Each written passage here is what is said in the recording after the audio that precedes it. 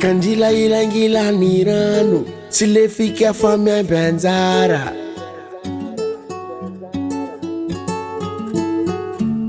Yandrasandrasu nube Univerita ditie tantara Niadana no fantaku Retuicha no witaku Anoni Hiova tabaku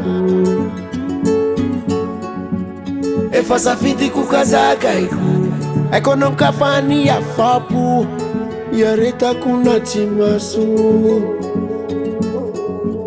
Zamba ulumbelo maemalaelo Timanin fa yareta ku Zamba ulumbelo maemalaelo Rambola misi ni faran Sifona ni fanate naku Zama tukifa anombo Hiova Anombo Hiova Zama tukifa anombo Hiova Anombo Hiova Zama tukifa anombo Hiova Anombo Hiova Zama tukifa anombo Hiova Anombo Hiova Vo telefoni maneno Anofa tsima petraka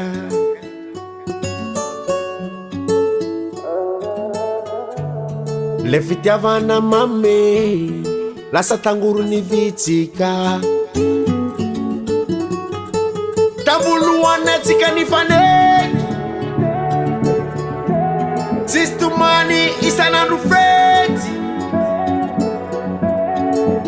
Amiza wono efatise Zaman tentena sa inra na toku tsineti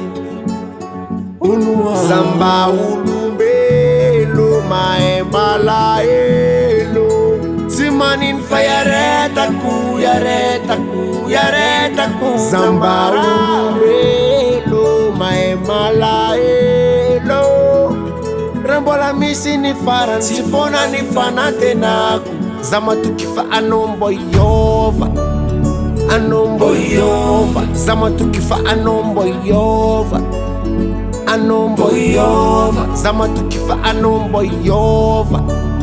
Anombo Hiova Zama tukifa anombo Hiova Anombo Hiova Inau Zama tukifa anombo Hiova Inau Zama tukifa anombo Hiova Hiova Zama tukifa anombo Hiova Inau Zama tukifa anombo Hiova